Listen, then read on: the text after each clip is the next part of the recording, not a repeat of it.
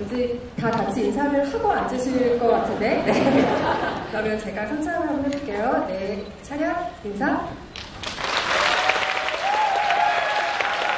네, 자리에 편하게 앉으시면 됩니다. 제가 이 스타라이브톡 볼 때마다 항상 플래카드에 어떤 문구들이 써있을까 엄청 기대하면서 오는데 오늘도 실망시키지 않는 박 사장님의 기생충이라도 되고 싶다라는 목표가 가장 먼저 눈에 띄는 가운데, 네, 뭐 따봉, 진호, 뭐 지금 뭐 난리 났네요. 네, 오늘 오신 관객 여러분들은 정말 치열하게 예매를 뚫고 오신 관객분들입니다. 개봉 하루 전에 먼저 기생충을 보러 오기 위해 와주신 반가운 관객분들이고요. 봉준호 감독님부터 오늘 오신 관객 여러분들께 인사 말씀 한 말씀씩 부탁드리겠습니다. 네, 안녕하세요.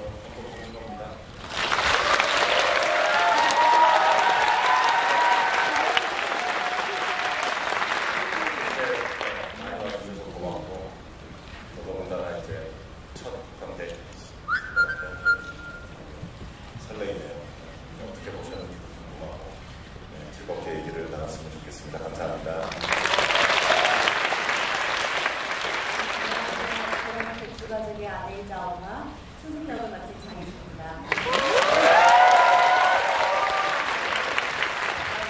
정말 반갑습니다, 여러분. 너무 뵙고 싶었어요. 많이 기다렸거든요, 저도요. 네, 박수 한번 칠까요? 네, 안녕하세요. 저는 전원 백수가족의 막내 기정역을 맡은 백수단입니다. 반갑습니다. 이렇게 요즘 저녁 많이 와주셔서 너무나 감사드리고요. 영화 어떻게 보셨는지 저도 빨리 이야기 나누고 싶습니다. 네, 감사합니다. 이유 역할의 최우식입니다. 너무 감사드리고요. 오늘 재미있게 저희 이야기 뒷다리를 풀어봐요.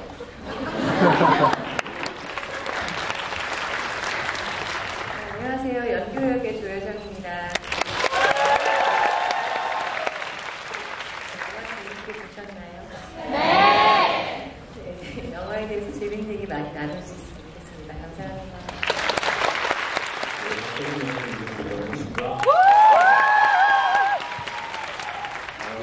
오늘 이렇게 저희 영화 관심 갖고 이렇게 와주신 거 진심으로 감사드리고요. 1시간 동안 좋은 시간 가졌으면 좋겠습니다. 감사합니다.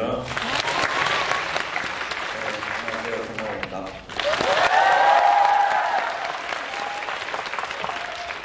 반갑습니다.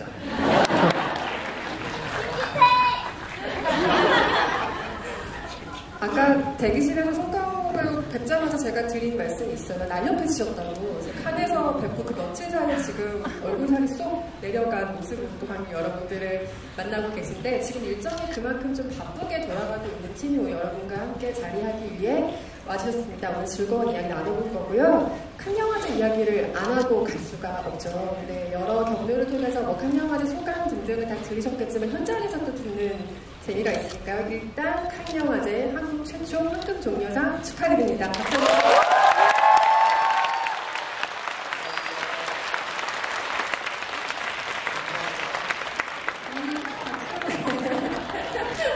이 박수는 사실 칸에서도 많이 받으시긴 했지만 한국 관객들이 쳐주시는 박수이기 때문에 조금 남다른 박수일 것 같고요. 칸 영화제 황금 종려상 수상 소감을 봉준호 감독님께 간략하게 듣고 넘어가겠습니다. 예, 뭐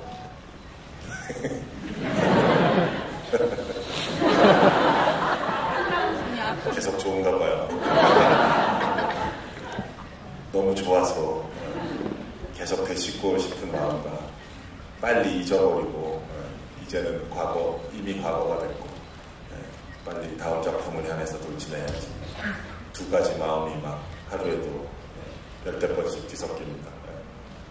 네, 아직은 뭐 그 마음이 충분히 이해가 되는 시간인 것 같고요. 조금 더 기쁨을 누리셔도 되지 않을까 하는 말씀을 이 팀 전원에게 드리고 싶습니다. 칸에서 송강호 배우님께서 이런 표현을 써주셨어요. 칸 영화제 공식 기자회견에서 제가 직접 들은 이야기입니다. 기생충은 예술가 봉준호의 지다이자 한국 영화의 성숙이다 라는 말씀을 해주셨는데 저는 이 표현에 굉장히 동의해요. 하지만 이 자리를 빌어서 이렇게 말씀해 주신 이유에 대해서 조금 더 자세한 설명을 듣고 싶습니다. 그런 어려운 마음 제가 좀 단호하게 하셨죠? 저도 지금 해석이 잘 안 되는데 다름이 아니라 글쎄요, 그 봉준호 감독님이 한 20년 동안 딱 20년이네요. 플란다스계라는 작품부터 견지했다고 해야 되나요? 그리고 이렇게 추구하고 우리 사회나 그리고 우리의 어떤 삶, 인간에 대한 인사 이런 부분이 기생충이라는 작품을 통해서 정점을 찍지 않았나 자신 있게 말씀드릴 수 있다는 점에서 제가 봉준호의 진화다라는 말씀을 드린 것 같고 또한 이런 작품과 여러분들이 지금 앉아 계시지만 지금 같이 소통할 수 있는 이 영화적인 소통이 비로소 이제 한국 관객분들과 이렇게 소통할 수 있는 이 저력이, 한국 영화의 저력이 드디어 북한 영화제에서 인정도 받고 또 관객분들도 오늘 영화 보셔서 아시겠지만 그런 어떤 소통의 어떤 점에서 한국 영화 전체의 진화가 좀 거창하게 말씀을 드렸지만 틀린 아닌 것 같고요. 그렇습니다. 감히 그렇게 말씀드렸습니다. 틀린 굉장히 자랑스러웠던 기억이 있습니다. 오늘 영화 보신 관객 여러분들도 아마 똑같은 생각을 하고 계실 거라고 믿고요. 드디어 오늘 이 영화에 대해서 조금이나마 속이 시원하게 말할 수 있게 돼서 너무 기쁩니다. 그동안 감추고 있느라 저도 굉장히 입이 간지러운 지경이었는데요. 기택의 가족에 대해서 일단 먼저 짤막하게 짚고 넘어가 볼까요? 기택의 가족이 좀 굉장히 독특하고 귀여운 구석이 있는 가족이죠. 그런데 사실 이 가족이 하는 행동은 범죄에 가깝긴 하죠. 근데 그 극 중에 그 기유의 대사에 이런 게 있어요. 아버지, 저는 위조나 범죄라고 생각하지 않아요. 하지만 위조랑 범죄인 건 맞는 거죠. 그래서 이게 봉준호 감독님에게 드리고 싶었던 첫 번째 질문이었습니다. 그러니까 이 가족이 이상할 정도로 자기의 어떤 윤리적 차원의 죄책감을 느끼거나 아니면 그 거짓말이 들킬 거라는 걱정을 전혀 하지 않는 어떤 모습이 좀 인상적이었던 것 같아요. 처음부터 그 설정을 구상하셨었나요? 이게 사실 나쁜 짓을 하잖아요. 예고편에서도 그것은 엄연한 범죄입니다 나오잖아요. 사실 범죄죠. 근데 우리 배우들이 뿜어내는 약간 이 구수한 맛과 어떤 귀여움 이런 것 때문에 우리도 모르게 쓱 속는 그런 느낌이 좀 있어요. 빨려 들어가게 되는 느낌이 있고. 근데 시나리오 구상할 때부터 이 가족들이 좀 정말 죄의식이 별로 없어요. 그리고 자기 합리화를 되게 잘해요. 저 내년에 이 대학 들어갈 거예요. 이러잖아요. 저기 우식이. 그래서 그런 약간 마치 벽을 타고 흘러내리는 그 계란 흰자처럼 이렇게 스르르르 다. 근데 사실 따지고 보면 또 엄청 큰 범죄를 저지르고 범죄 구상을 하는 건 사실 아니잖아요. 이렇게 일자리를 열심히 구해보려고 하다가 또 그리 된 것이라서 본인들을 스스로 합리화할 구석은 많이 있었던 것 같아요. 기생충 속의 명장면이 어떻게 탄생했고 또 어떤 비하인드 스토리가 있는지에 대한 이야기 나눠보도록 하겠습니다. 감독님과 배우분들은 여기 앞에 있는 모니터를 봐주시면 되고요. 그리고 여러분들은 스크린을 봐주시면 되겠습니다. 첫 번째 스틸을 공개하겠습니다. 하지만 단어 자체가 좀 귀여운 리듬감이 있는 말인 것 같은데 혹시 감독님 시놉시스에서부터 전원백수라는 말을 직접 쓰셨어요? 저 이제 홍보 과정에서 나오게 된 이제 멋진 표현인 것 같고요. 멋지다고 하니까 좀 이상하다. 어쨌든 간결한 잘 좋은 표현인 것 같고 그 백수인 것 자체도 슬프지만 이들이 또 다 사지육신이 멀쩡하고 또 능력이 있어요. 기정이도 막 제주꾼이고 보면 저기 기우도 우식군도 영어 잘하고 문법 어휘 장문 그리고 도 잘 뭔 소리가 그리고 기택 충숙도 다 멀쩡하고 능력이 있는데 일이 없다는 그게 참 더 슬픈 일인 것 같네요. 시놉시스가 공개됐을 때 이 가족은 왜 자꾸 전원 백수가 강조될까라고 생각을 했었는데 전원 백수여야만 하는 이유가 영화를 보니 알겠더라고요. 이유가 분명하게 있었죠. 첫 번째 스틸은 송강호 배우님이 연기한 기택, 백수가장의 모습인데요. 기택은 직업도 없고, 물론 이 가족 모두가 처음엔 직업이 없지만 대책도 없어서 아내의 좀 잔소리를 감당을 하는 인물이죠. 그리고 좀 태평해요. 항상 무계획이 계획인 사람인 것 같기도 하고요. 괴물의 강두, 송강호 배우가 연기했던 캐릭터를 많이들 기억을 하실 텐데요. 거기에서 아주 약간의 위험이 더해진 가장의 모습 같다는 생각을 저는 했는데요. 그간 문 감독님과 함께 여러 차례 작품을 통해서 매력적인 캐릭터들을 소화하셨잖아요. 그 영화 속의 캐릭터들과 달리 기택에게서만 느꼈던 매력은 어떤 게 있을까요? 송강호 배우님? 기택은 참 이게 거울 같아요. 네. 기택을 보면은 물론 처지는 되게 이제 좀 안 좋은 처지에 살고 있지만 기택은 우리의 어떤 그러니까 세상에 대한 어떤 그 열정과 그리고 어떤 신념 같은 걸 분명히 있으되 환경이나 살아가는 어떤 사회 구조가 녹록치 않는 그 상황에 있는 딜레마의 어떤 빠진 인물 아닐까. 그게 이제 우리가 이제 사실은 모든 걸 성취하고 사회적인 성취나 개인의 어떤 성취를 다 하면서 살 수는 없잖아요. 그런 점에서 약간의 어떤 비약은 있겠지만 저는 이게 우리의 삶 속에 있는 사람들의 모습이 아닐까. 그래서 거울 같다 이런 느낌을 좀 그게 이제 매력이란 매력이죠. 우리를 투영할 수 있는 인물이니까 그렇게 생각이 들었습니다.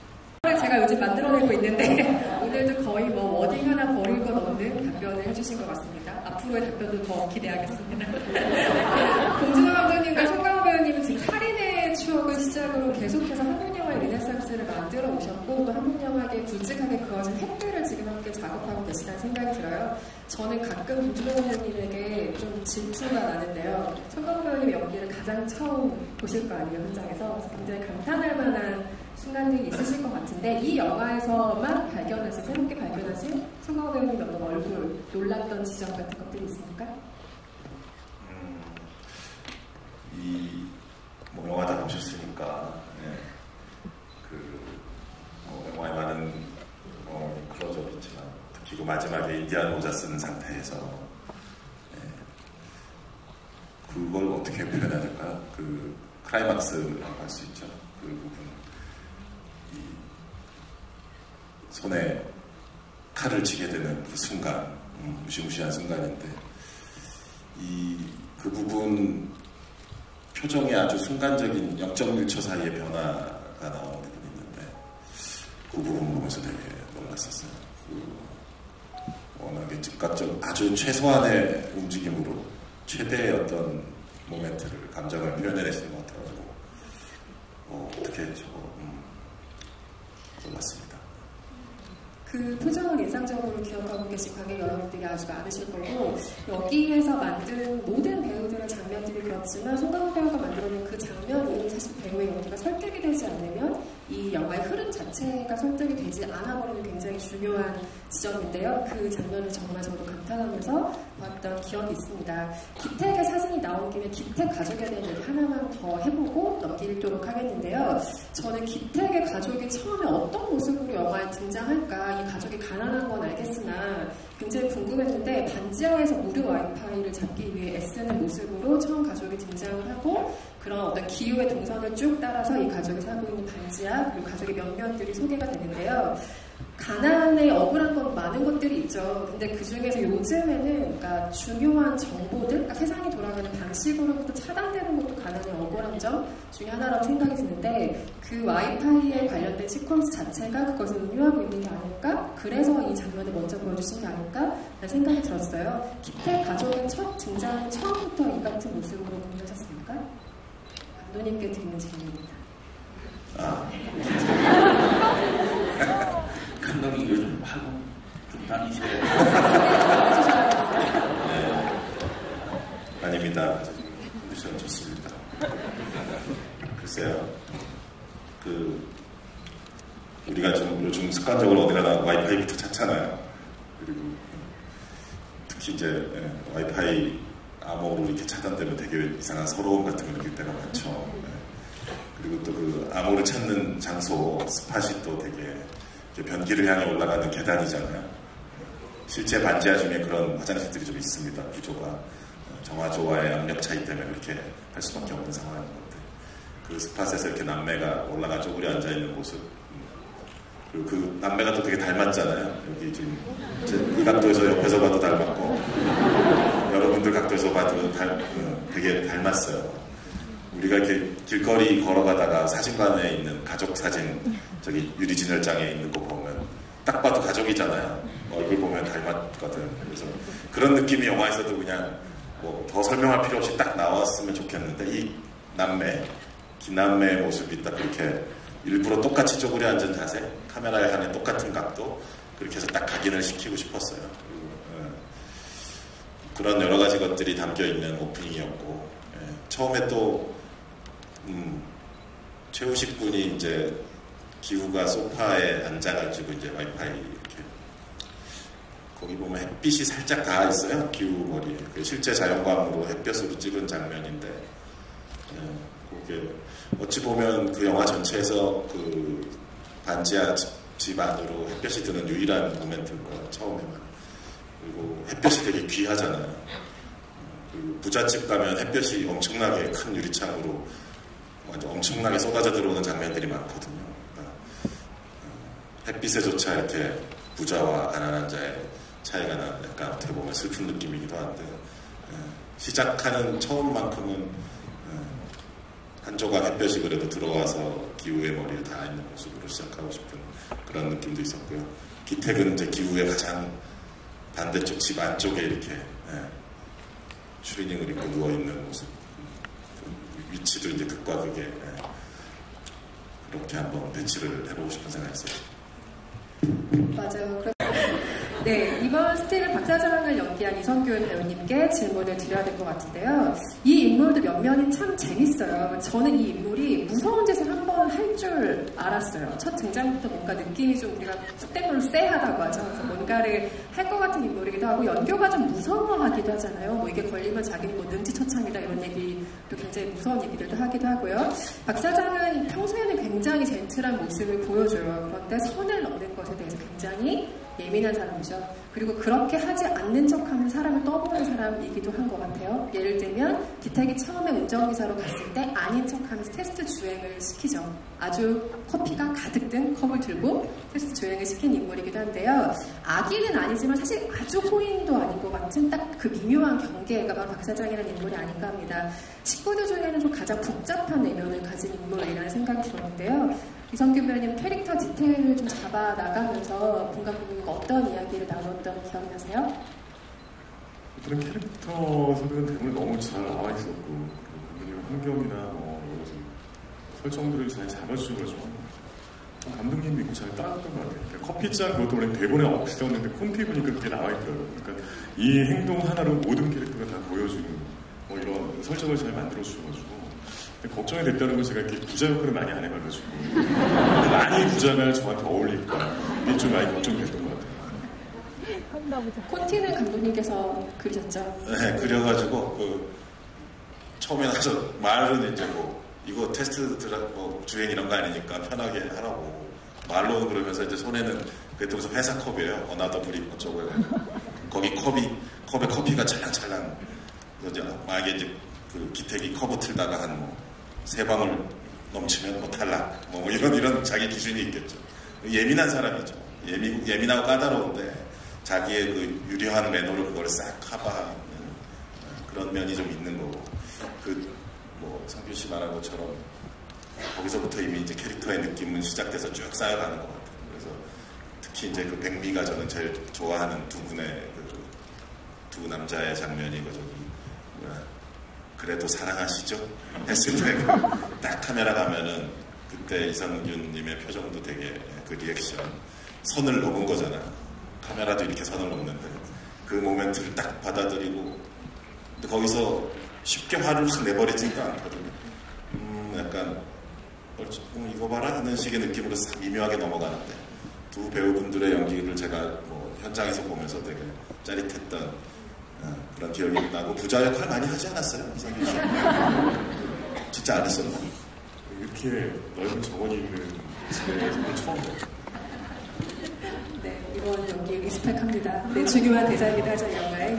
그 이성균 배우님과 송강호 배우님은 사실 사적인 친분이 좀 있으신 걸로 알고 있는데요. 이렇게 호흡을 맞추신 적은 영화가 처음이죠. 근데 지금 방금 본 감독님 말씀하셨던 것처럼 너무 다른 두 가정의 집안의 가장인 이 두 사람이 붙을 때 긴장감이 정말 속된 말로 장난이 아닌 장면들이 몇 장면 있죠. 그 차 안의 장면도 그렇고, 그리고 인디안 분장을 하고 있을 때 두 사람에게 느껴지는 굉장히 미묘한 기운 같은 것들이 있는데요. 현장에서는 그 기운을 어떻게 느끼셨을지 너무 궁금해요. 이성균 배우님께 여쭤보고 싶습니다. 일단 너무 존경하는 선배님과 처음 작업하는 거라 좀 긴장도 많이 됐고요. 그리고 매번 선배님 뵐 때마다 술자리에서 만나다가 맨정신에 대화를 하는 게 좀 어색함도 있었고, 그리고 저희 와이프 정혜진 씨 같은 극단 출신이셔가지고 약간 처음 같은 느낌도 있고, 그 처같이 식구 같은 좀 그런 게 있어요. 이번에 연기 같이 하면서 너무 설렜고 좋았고 맨날 감탄하면서 지켜봤던 것 같아요. 그런 이성균 씨를 지켜보는 송강호 배우님의 마음은 어떠셨습니까? 처형이 아니라 처럼 소리처럼 괜찮아요, 제가. 뭐 이성균 씨는 제가 너무 좋아하는 후배 배우고, 또 전혜진 씨도 20여 년 같이 극단에서 쭉 봐온 정말 좋은 후배. 그래서 늘 정말 친형제처럼 지낸 그런 사이. 근데 어떻게 그저 우리 연기를 처음 해봐요, 그죠? 그래서 참 되게 미남이시고 젠틀하고 이런데 좀 잘 안 어울릴까 뭐 이런 생각도 들고, 근데 의외로 참 잘 어울리는 것 같아요, 그죠? 두 분의 그림이요? 네. 좋았습니다. 네. 보는 저희도 좋았습니다. 네, 다음 스틸은 아마도 연교가 스틸일 것 같은데요. 스틸 보겠습니다. 인물은 진짜 극중의 표현대로예요. 연예인 심플. 네, 굉장히 심플하고 예쁘고 착해서 너무 잘 속아 넘어가는 사람이죠. 그리고 극중의 대사처럼 돈이 달인이라서 정말 이 사람에게 구김살이라는 게 하나도 없는 것 같은 인물이에요.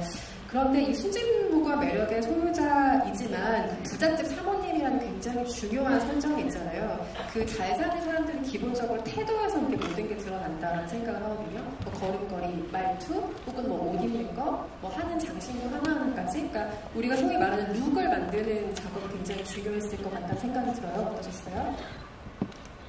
룩은 사실 저희 의상이나 분장들이 너무 훌륭한 분들이니까 맡겨서 그냥 그거에 맞춰서 의상을 입거나 헤어를 하면은 거기에 맞는 행동이 좀 따라오고 그런 것 같아요, 배우는. 근데 또 거꾸로 그런 옷을 입었다고 해서 우아한 걸음걸이나 이런 거는 저는 생각을 못했어요. 그냥 아이 엄마고 집안에서도 그런 막 여기까지 트임이 있는 스커트를 입고도 다리를 걸리고 앉아서 다리 떨고 막 이런 게 오히려 집에서 아무것도 안 볼 때는 그런 게 더 진짜라니까 그런 모습들이 좋더라고요. 면접 기다릴 때도 다 차려입고 이렇게 어이없이 막 졸고 있고 엎드려서 이런 게 진짜 모습인 것 같아요. 오히려 우아하게 보는 것보다. 그리고 영화를 보니까 제가 굉장히 팔자를 걷더라고요. 그 캠핑 옷 입었을 때 그래서 연교에는 잘 어울린다. 다음에는 저러지 말지. 극중에서 연교는 차 안을 제외하고 별로 좁은 곳에 있는 사람이 아니에요. 엄밀히 말하면 좁은 곳에 있을 이유도 없는 사람이죠. 그런데 그 집안에서 풍경을 가만히 돌이켜보면 사우나실이 한 번 있죠. 굉장히 좁은 공간에 그 기택과 함께 갇히는 씬이 있는데 전혀 의도하지는 않으셨을 것 같은데 그 장면에서 되게 묘한 성적인 긴장감 같은 거 느끼신 분 혹시 있지 않으세요? 그 장면에 대해서 감독님 어떤 이야기를 하셨어요? 그런 이야기는 좀 나눴던 것 같아요. 묘한 그런 기운이 있다고. 근데 정말 미묘하게 묘한 거라서 굉장히 매력 있는 것 같아요. 기택의 악수를 청하는 것 자체도 너무 뜬금없기도 하고, 근데 또 막 싫진 않고 어떤 한 팁이 된 것 같고 어떤 비위를 공유한 거에 그러니까 선배님이 하시니까 하나도 이게 이상하지 않고 이렇게 막 작정하는데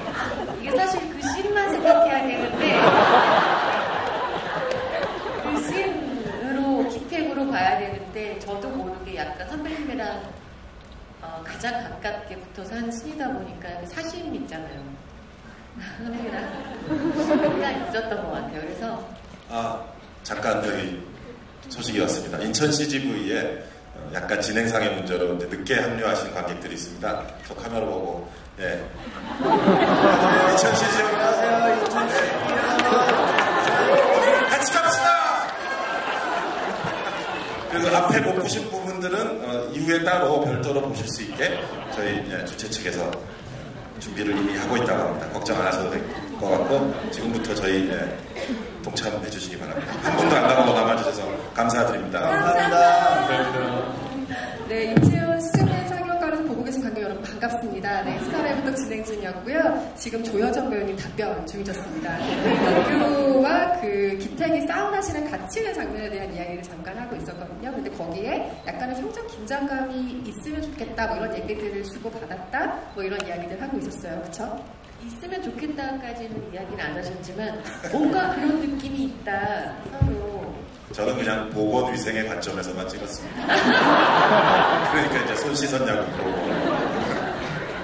그 장면이 약간 그 영화 마더에도 이제 약간 그런 어떤 금기의 어떤 선이 아주 위태롭게 그 연출이 되는 장면들이 있는데 봉준호 감독님의 아주 고차원의 어떤 이 연출의 어떤 장치가 아닐까. 왜냐하면 이건 사실 이제 뭐 어떤 금기의 선이거든요. 네, 그런 게 그걸 정확하게 보이지는 않는데 우리 상상 지금 저기 기자님이 생각하시는 것처럼 그렇게 상상을 던져주는 것이 오히려 훨씬 더 이렇게 저기 와닿죠. 냄새가 나는 것처럼 보진 않지만 맞습니까, 감독님? 예, 그런 또 그렇게 미묘하게 연기를 해주셨어요. 그 가서 이렇게 닿을 때 보면은 미묘한 이렇게 해서 약간 뭐 만화로 치면 막 이렇게 스파크가 빠직 나는 것처럼 두 분의 그 손놀림이 아주 절묘하시더라고요. 인천 중계가 연결되기 전에 그 조효정 배우님께서 송강호 배우님이 그렇게 연기를 해주셔서 가능했던 장면이다라고 하셔서 송강호 배우님이 크게 웃으셨습니다. 네, 빠진 내용을 전달해드리고요. 다음 스틸로 넘어가겠습니다. 사진이 등장을 했습니다. 최우식 배우가 지금 산수경석을 꼭 끌어안고 있는 스틸을 볼 수 있는데요. 이 첫 번째 고정 수입을 얻는 사람으로서 이 가족의 희망으로 떠오르잖아요, 기우가. 근데 각 쪽에서 보면 가장 크게 신경 변화를 겪는 인물이기도 한 것 같아요. 그러니까 내가 이 자리에 좀 자연스럽게 어울리는 사람일까? 라는 질문을 하는 건 기우밖에 없어요. 직접적인 대사로 그렇게 등장을 하기도 하죠. 그리고 이 모든 사건이 벌어진 책임을 자신의 탓으로 돌리고 그걸 어떻게든 수습하려는 사람 역시 기우로 등장을 합니다. 그래서 뭔가 신경의 변화가 굉장히 크고 굴곡이 많은 인물인데요. 기우를 바라보는 최우식 배우의 마음이 어떤 식으로 변화를 했을까 좀 궁금해요. 안쓰럽기도 하고 좀 공감되기도 하고 그랬을 것 같은데요. 네, 근데 일단 그 대답하기 전에 저 사진 괜찮아요. 아니 저 나중에 누가 또 사진 찍어가지고 또 누가 올리면 이게 또 안 되거든요. 여러분 진짜 조심하셔야 돼요. 영화 다 보고 얘기하는 거야 지금. 괜찮아, 아버지가. 저 주민 한번만 해주세요. 진짜 스포하시면 안 됩니다. 네.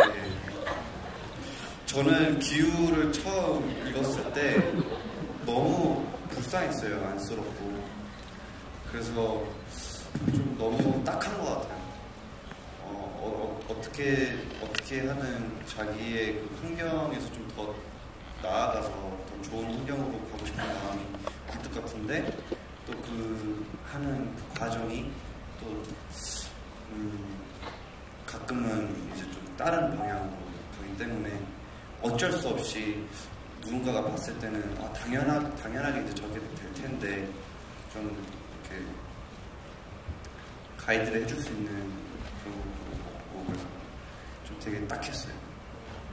기우를 바라보는 우리의 딱한 마음 같은 게 최우식 배우의 연기를 통해 조금 더 전해지는 느낌이 드는 것 같아요. 각 캐릭터들이 어쩜 그렇게 배우들이랑 찰떡으로 붙어서 시너지를 만들어낼까 이런 생각들이 정말 많이 했었는데요. 기우가 극중에 과외를 가르치는 다혜에게 중요한 얘기를 하잖아요. 실전은 기세야, 기세. 무려 클로즈업이 된 장면이에요. 기세가 굉장히 강조가 된 대사였는데요. 현장에서 최우식 배우의 실전은 어땠습니까? 기세가 좋았나요? 어땠어요? 저는 기세가 항상 좋은 적이 없어요.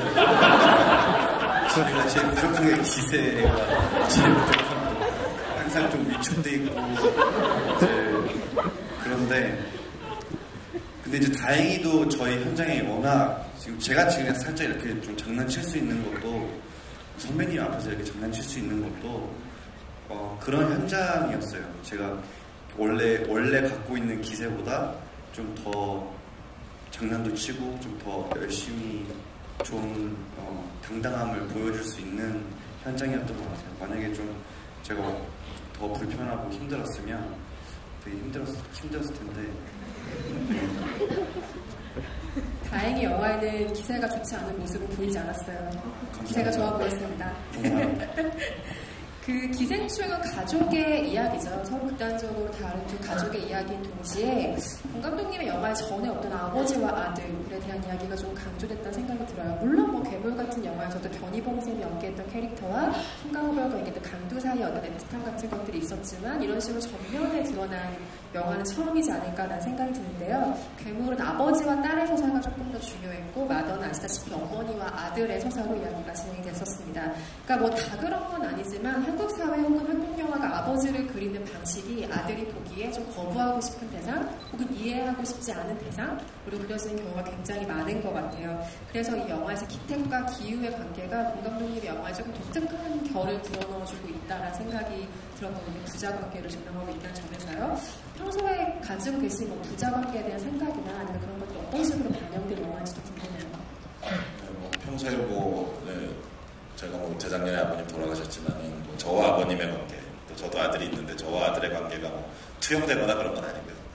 그냥 창작의 관점에서 접근하는데 일단 기우의 캐릭터가 이 아들내미가 좀 안쓰러운 면이 많이 있잖아요. 이 최우식 배우가 뿜어내는 그냥 가만히 서 있기만 해도 좀 안쓰러운 면이 있어요. 그리고 이 친구가 어떻게 젊고 분노한 젊은 캐릭터들이 많잖아요. 앵그리 영. 근데 이 영화 전체에서 단 한 번도 화를 내질 않아요. 기우가.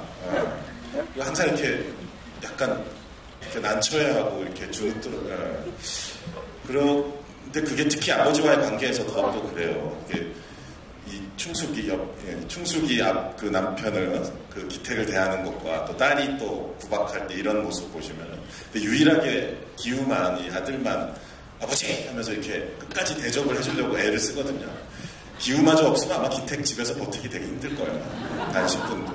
근데 이제 왜 기우는 그래도 그러니까 뭐 직장도 없고 못난 애비라고 볼 수도 있는데 그렇게 그래도 아빠를 계속 이렇게 리스펙트 하는 걸까 생각을 해봤는데 그것이 기우만이 가진 어떤 선한 마음 내지 이해심인 것 같아요. 아버지가 뭐 저러고 싶어서 저러겠는가. 본인도 지금 대학을 가고 싶은데 못 가고 있잖아요. 그 마음이 투영된 것 같기도 해요. 아빠도 일을 하고 싶은데 못 하는 거니까. 그래서 나까지 아빠를 구박하면 아빠는 정말 집을 뛰쳐나갈지도 몰라가는 그야말로 그런 그 기우가 가진 마음이죠. 그래서 그러니까 유일하게 이 둘이 알콩달콩한 관계인 것 같아요. 이 가족 속에서.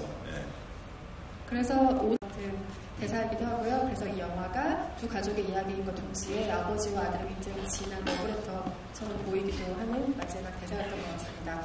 다음 스틸 보겠습니다. 기정이 등장을 했는데요.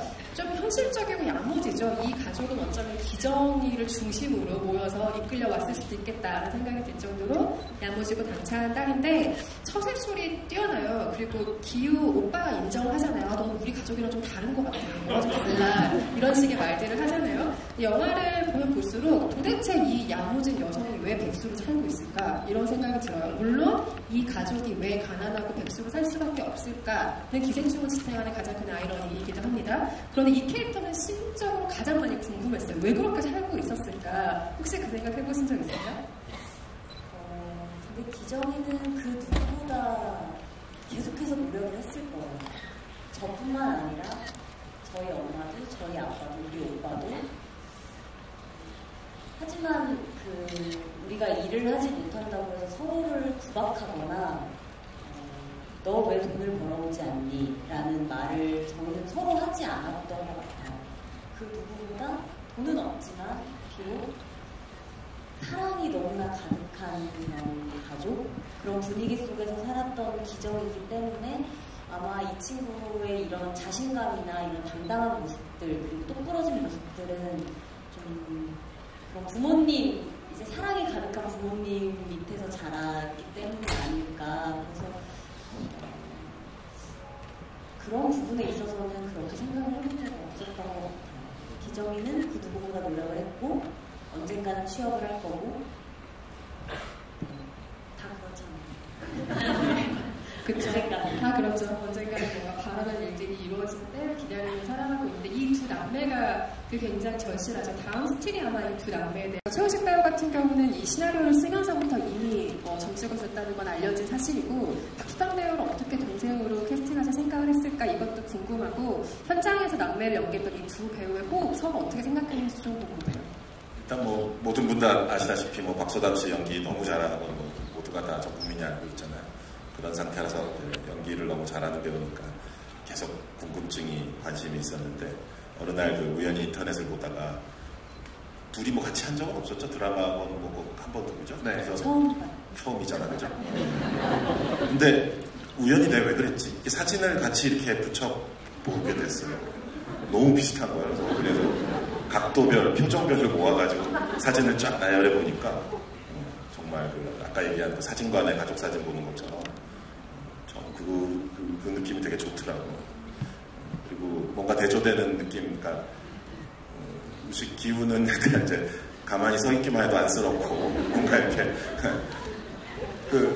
유일하게 잠깐 카리스마 있게 보인 게 다혜 앞에서 기세 아까 얘기할 때 그건 아마 민혁이 박서준 씨가랑 얘기할 때 했던 말을 흉내낸 걸 거예요. 정신 차려 정신을. 정신 차려 정신도 흉내내는데 되게 다운그레이드 된 버전으로 흉내내잖아요. 그래서 민혁이 흉내를 많이 내요. 이렇게 리플리 현상까지는 아닌데 어쨌든 비슷한 말을 계속 반복해서 하잖아요. 서준 씨가 했던 대사를. 그래서 그게 유일하게 기세에 있는 거고 진짜 기세는 사실 기정이가 갖고 있죠. 카리즈마. 첫 장면에서 이미 다 끝나잖아요. PC방에서 담배 피다가 여기 금연인데 하면 가져와봐 해가지고 거기다가 젤을 털잖아요. 그게 원래 시나리오에 있었던 것과 좀 다르게 묘사된 장면인데 새로 만들어서는 찍은 샷인데 거기서 어떤 기정이의 카리즈마는 이미 딱 세팅돼 버려서 나중에 보면 거의 연교를 가지고 놀듯이 하잖아요.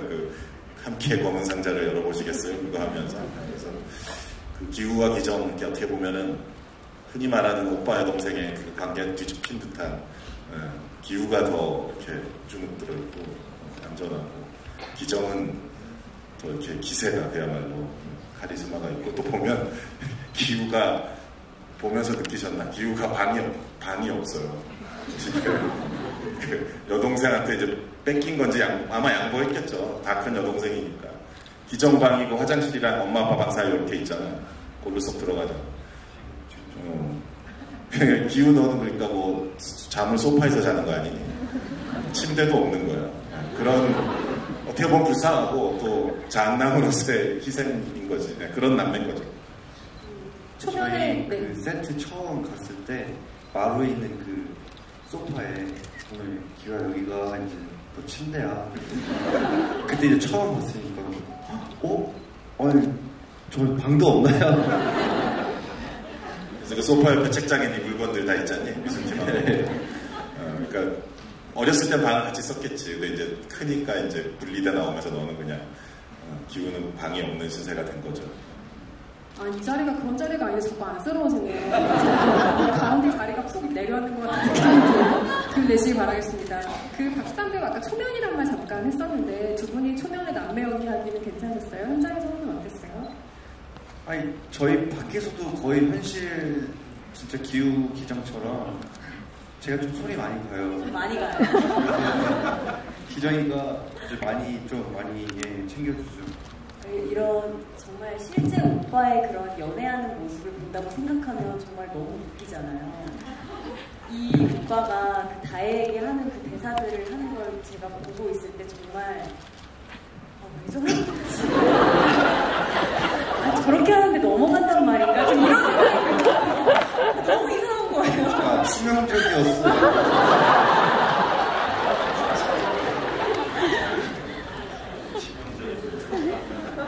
네, 치명적인 매력이 발현됐는지 다시 한번 우리가 영화를 통해서 확인하면 될 것 같습니다. 네. 다음 주에 아내이자 엄마 충숙을 연기하셨는데 근데 정말 스타일가 많이 다르시죠? 그리고 뭐 혹시 윤가은 감독의 우리들이란 영화를 보셨으면 익히 이 배우를 뭐 잘 아시겠지만 그렇지 않으신 분들이라면 지금 오늘 누가 오셨나 할 수도 있을 정도로 아주 많이 변화를 겪으셨는데요. 영화 속에서 그 해머 던지기 메달리스트 출신인 만큼 좀 외형적으로도 많은 변화가 있었어야 할 테고 본 감독님이 좀 뭔가 몸이 우직하지만 날렵하게 움직이는 캐릭터 같은 것들을 주문하셨다고 듣긴 들었는데요. 캐릭터를 위해서 좀 어떤 준비들이 필요하셨던 것 같으세요?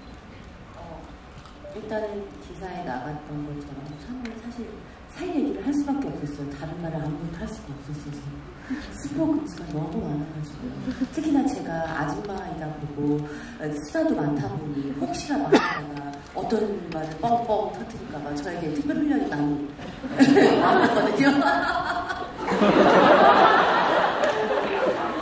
오늘 얼마나 숭실하지.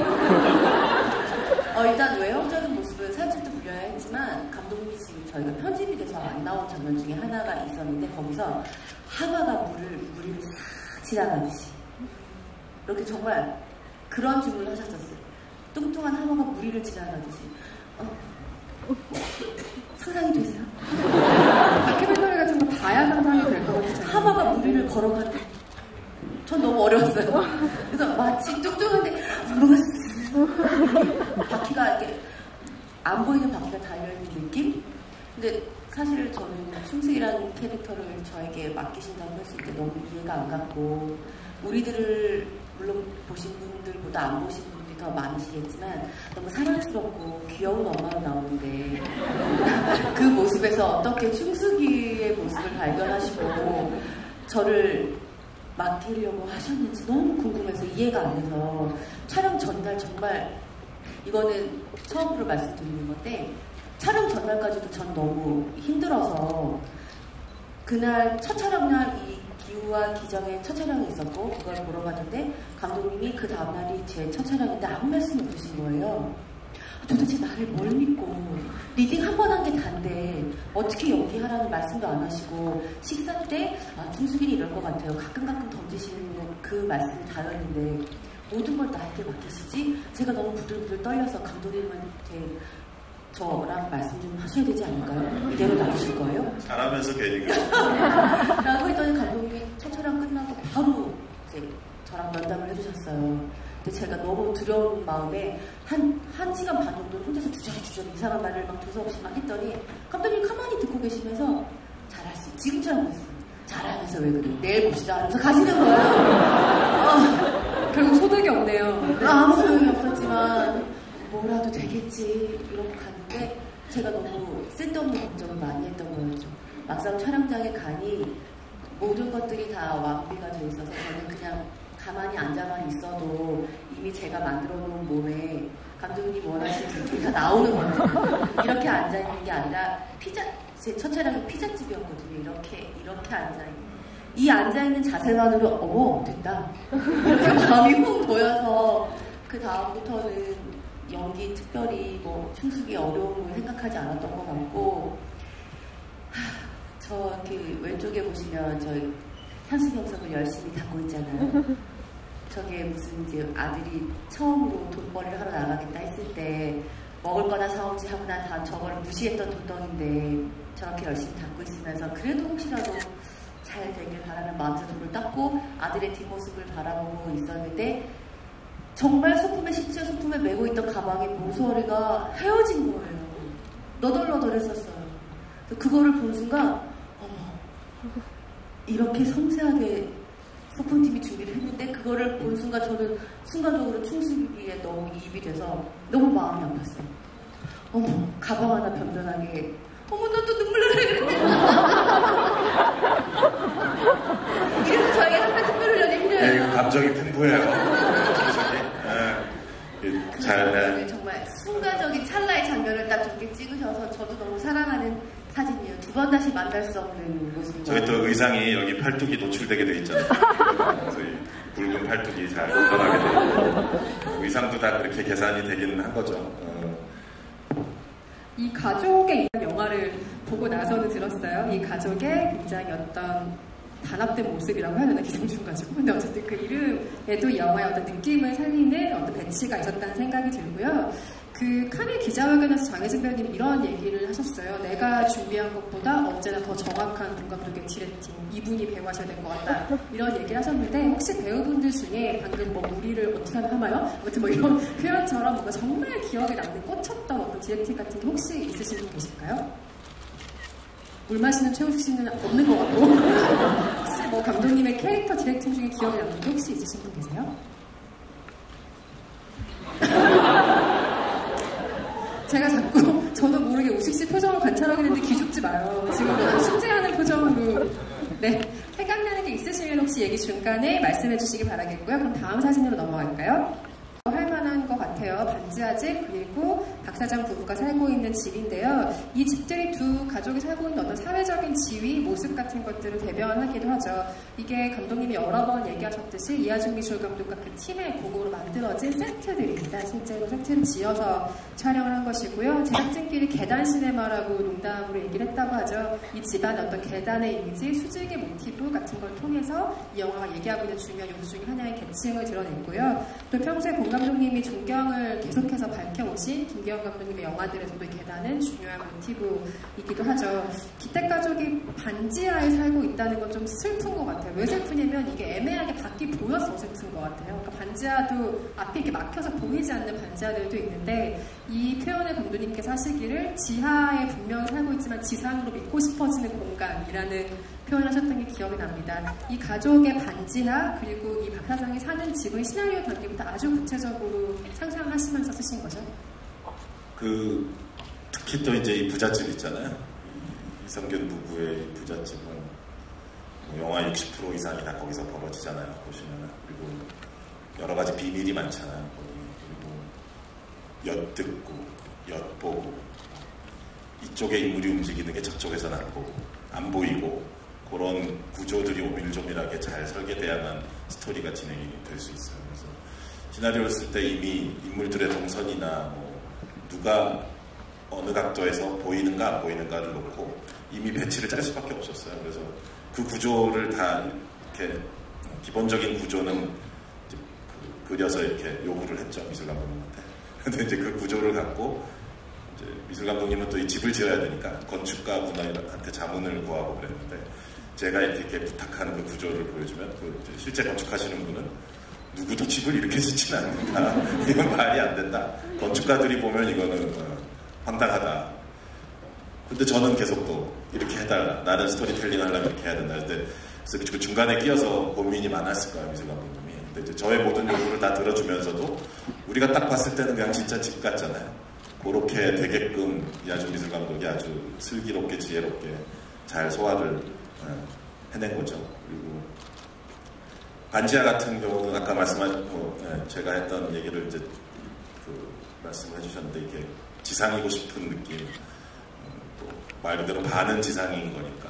그래서 안에서 밖을 보는 데서 보면 이제 지나가는 사람들의 행인들의 그 종아리 발과 지나가는 차의 바퀴가 보이면서 이제 그 느낌이 확 납니다. 그래서 영화 첫 장면에 보면 일부러 차도 바로 앞으로, 창문 앞으로 지나가게 했었고요.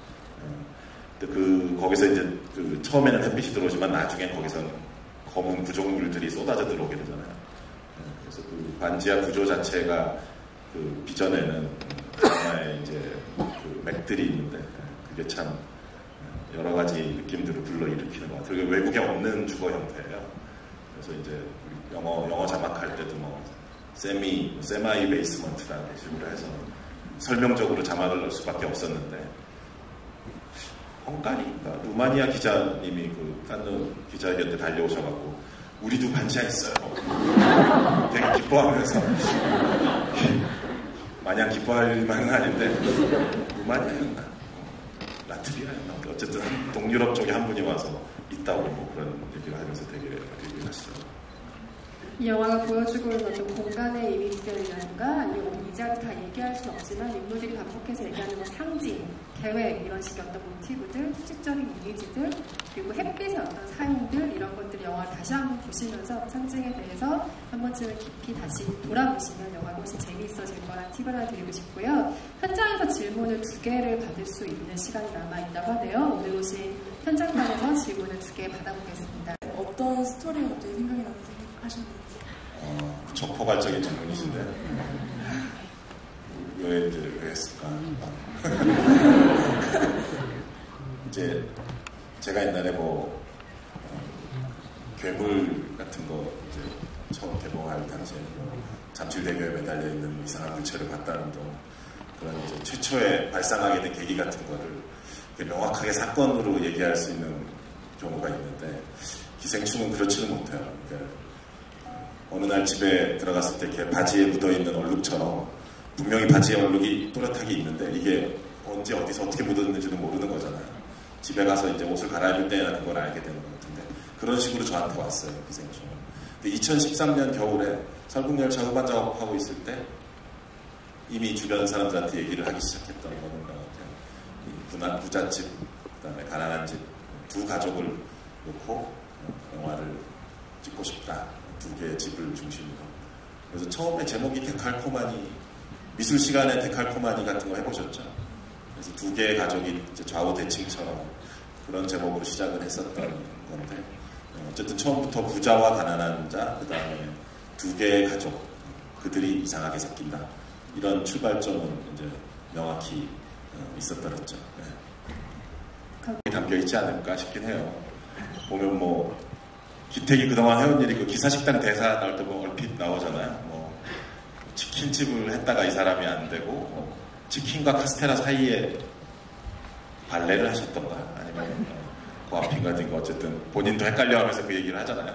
충숙이 헷갈렸구나. 근데 그래서 뭐 여러 가지 일들을 했는데 뭐 하나 성공적인 게 없었고 다 이제 좌절했다라는 느낌이 거기서 말한 치킨, 카스테라 이 모든 것들이 그야말로 계획이었을 거 아니에요. 그 계획들은 번번이 이제 좌절된 거죠. 근세도 마찬가지지만. 그래서 그런 삶의 궤적들이 아픔으로 있고 참 아들에게 차마 할 말은 아닌 것 같아요. 오죽하면 그 지경에 이르러서 아들한테 그런 말을 했을까 싶어요. 아들한테 꿈과 희망은 못 줄 망정 최고의 계획은 무계획이다. 이렇게 보면 되게 쓰라린 말을 하는 건데 그때 그 체육관에 가 있는 상황 자체가 정말 절망적인 상황이기도 하잖아요. 서글픈 상황이고 그래서 내뱉을 수 있는 말이고 가장 영화 전체에서 보면은 뼈 아프고 쓰라린 말인데 그게 이제 최우식 군을 기우가 이제 더 산수경사로 꼭 껴안게 만드는 계기가 되기도 하고 되게 중요한 그 분기점에서 나오는 대사라고 할 수 있죠. 근데 이제 그때 제가 콘티어상으로도 이렇게 드렸지만 그리긴 했지만 이제 송강호 선배님께 부탁드렸던 게 이렇게 눈을 가리고 했으면 좋겠다고 이 상태에서 대사를 입만 움직이게 되거든요. 마더에서 김혜자 선생님 춤출 때도 잠깐 그런 포즈가 있긴 한데 어쨌든 자기 눈을 자기가 이렇게 한 상태로 이 밑에만 보이고 말을 하는데 그 느낌이 좀 더 슬프기도 하고 뭐랄까 눈앞이 그야말로 막혀있는 느낌 있잖아요. 아무것도 보이지 않고 장님처럼 막혀있는 느낌이라서 그런 동작을 자세를 부탁드렸던 것 같아요. 기택의 가족이 흥미롭게도 계획에 대한 대사가 하나씩 꼭 있더라고요. 뭐 계획도 없지 하는 사람도 있고 계획이 뭐예요 하는 사람도 있고 계획에 대한 말 하다가 기택도 오늘 한 번도 언급되지 않은 누군가에게 뭐 그런 대사를 하죠. 계획이 뭐야 계획도 없지 뭐 이런 얘기를 할 때 그 장면이랑 아들에게 무계획이 계획이다라는 말 할 때 그 장면이 동시에 연상될 때 어떤 울림 같은 것들이 분명히 있는 것 같아요. 굉장히 슬픈 대사 중에 하나이기도 하죠. 저희가 질문 하나를 짧게 더 받을 수 있다면 네, 당황스럽네요.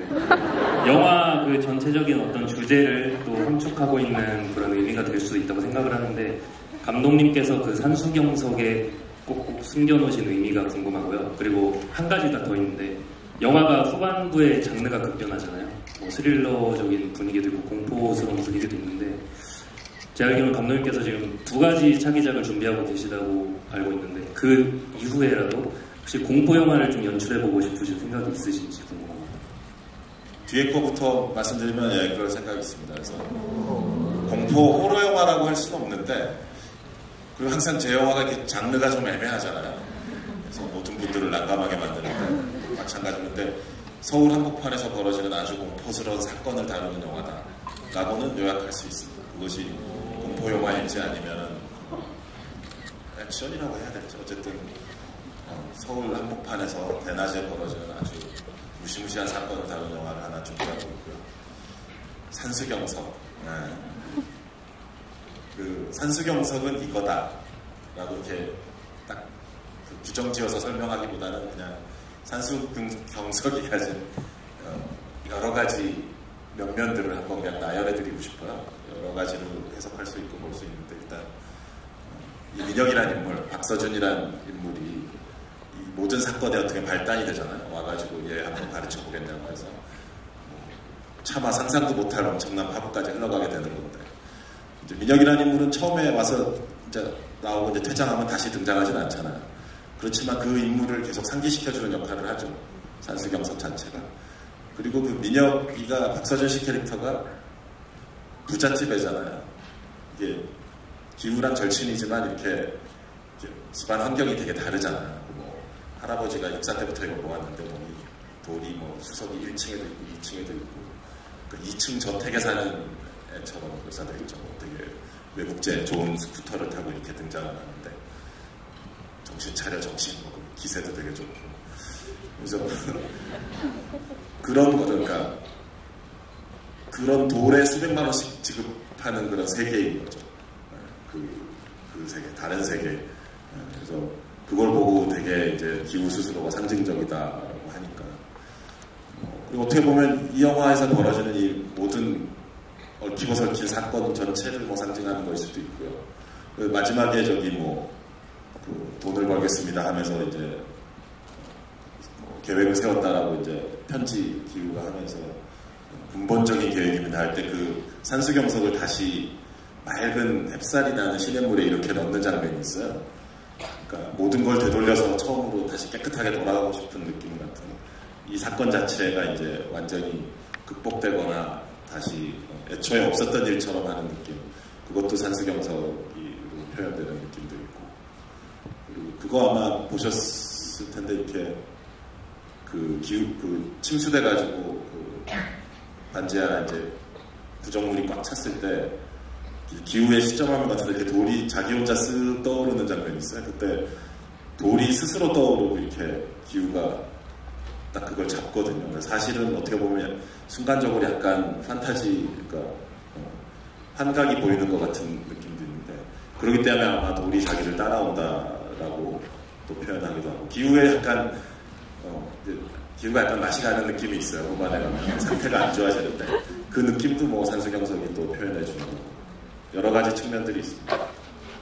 영화를 다시 보실 기회가 있다면 그 산수경석의 이동 경로를 따라가는 것도 이 영화를 좀 즐겁게 보는 방법이 아닐까. 누가 어느 손에 어떻게 들어가느냐, 어느 위치에 그 돌이 있느냐 이런 것들을 따라가면서 보시는 것도 흥미로운 관람이 될 것 같고요. 사실 여기 얘기를 나누다 보니까 민혁의 존재를 잠깐 까먹고 있었는데 사실 가장 불쌍한 인물이기도 하네요. 이 모든 사단을 나중에 알았을 텐데 어떤 기분이었을지 이런 생각도 그런 부분도 갑자기 들고요.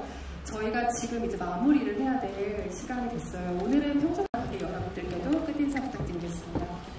예, 대단히 감사합니다. 제가 어디선가 얘기를 한 것 같은데 봉준호 감독께서 세계 최고의 영화제에서 최고의 상을 수상한 것은 봉준호 감독도 뛰어난 예술가이지만 사실은 그 예술가를 키우는 것은 여러분들의 힘이었던 것 같습니다. 그래서 여러분들의 성원과 사랑이 저희들을 만들어 주셨고 기생충이라는 작품도 만들어 주셨지 않나 그런 생각을 합니다. 대단히 감사하고 끝까지 여러분들의 성원에 보답할 수 있도록 좋은 작품 계속 만들고 그러겠습니다. 기생충 많이 성원 부탁드립니다.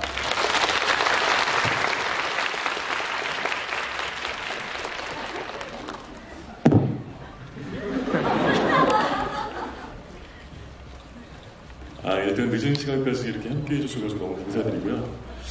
작년 봄에 봉준호 감독이 만나가지고 촬영하고 처음 미팅부터 칸 영화제 초청 수상 그리고 지금 여러분들이 보여주시는 성원이 정말 평생 잊지 못할 선물처럼 다가오는데 이 영화가 관객분들에게 정말 기분 좋은 선물로 다가갔으면 좋겠습니다. 감사합니다.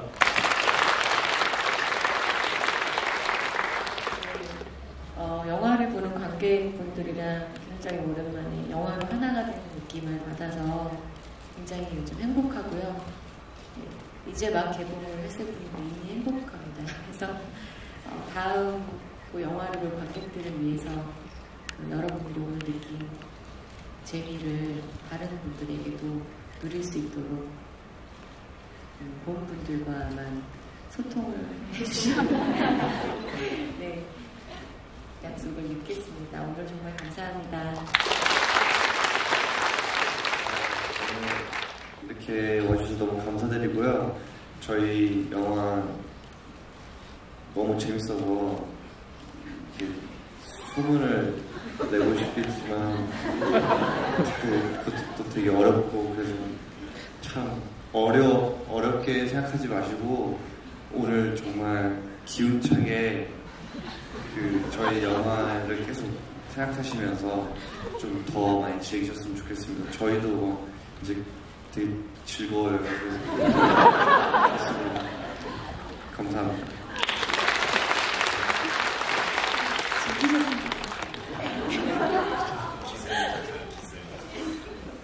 정말 이렇게 늦은 시간까지 함께 해주셔서 너무나 감사드리고요. 작년 2018년 정말 기생충으로 인해 저는 너무나 좋은 에너지를 많이 받았던 작품이고 그 에너지, 제가 받았던 좋은 에너지를 여러분들께 드릴 수 있게 돼서 너무나 행복하고요.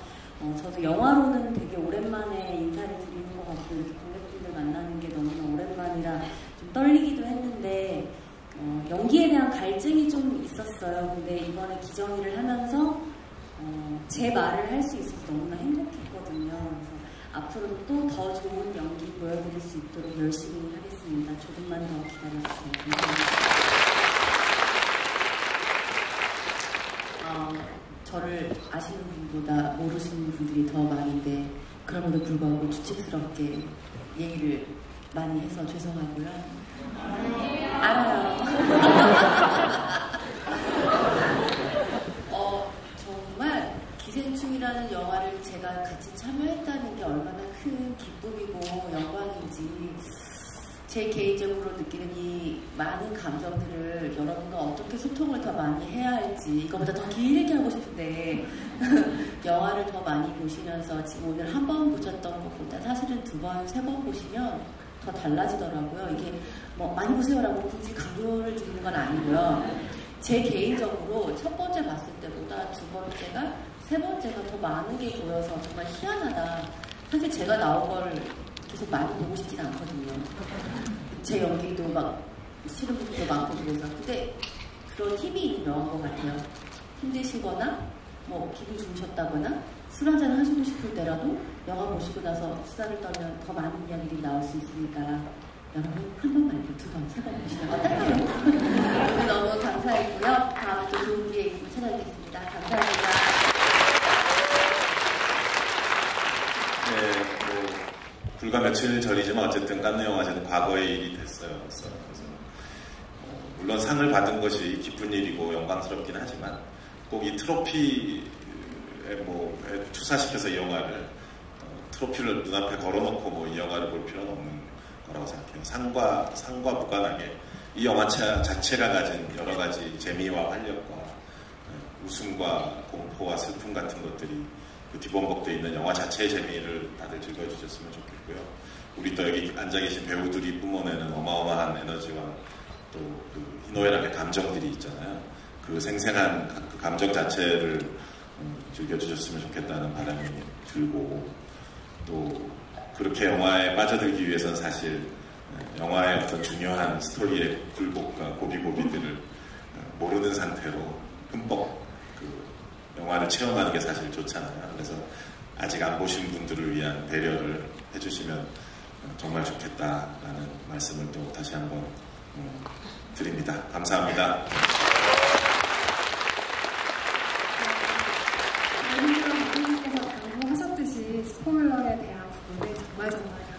다시 한번 부탁드리고요. 여러분들의 매너를 믿습니다. 네, 그리고 오늘 오신 여러분과 기생충의 기세를 응원하겠습니다. 내일 개봉하는 기생충에 많은 성원 부탁드립니다. 감사합니다.